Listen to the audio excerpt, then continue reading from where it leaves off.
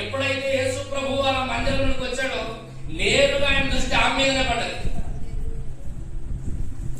సంవత్సరాల నుండి అనుభవిస్తుంది, సంవత్సరాల నుండి వెంబడిస్తుంది దెయ్యం. కొంతమందికి దెయ్యాలు సంవత్సరాల నుంచి వెంబడిస్తాయి.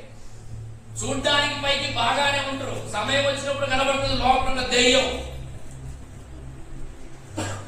గొడవ రానంత వరకు బాగానే ఉంటారు, గొడవ వచ్చిన తర్వాత కనబడుతుంది లోపల ఉన్న దెయ్యం ఎంత భయంకరమైన.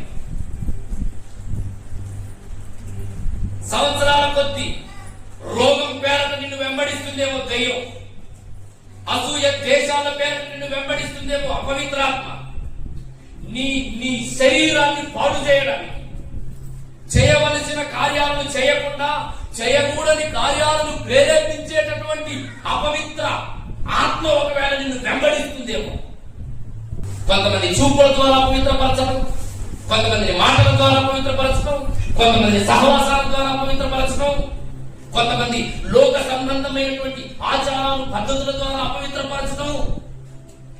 ఎన్ని సంవత్సరాలు వాక్యం విన్నా కొంతమంది లోక సంబంధమైన పద్ధతులు విడిచిపెట్టడం. ఆయా సందర్భాల్లో కార్యక్రమాలు చేరటువంటి ఆ కార్యక్రమాలు అన్ని బయటకు వస్తాయి, లోక సంబంధమైన పద్ధతులు.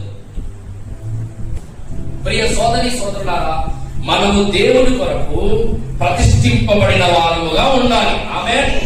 మనము దేవుని కొరకు ఈ లోకములో క్రీస్తును పోలినటువంటి వారముగా ఉండాలి. దేవునికి స్తోత్రం. మన నడక మారాలి, మన పడక మారాలి, మన ఆలోచన మారాలి, మన విధానాలు మారాలి. దేని చేత మనం బంధించబడకూడదు, ఏది మనల్ని నిర్బంధించకూడదు, ఏది మనల్ని బంధించకూడదు. ప్రభువు నీకు స్వాతంత్రమునిచ్చాడు. హల్లెలూయా, హల్లెలూయా.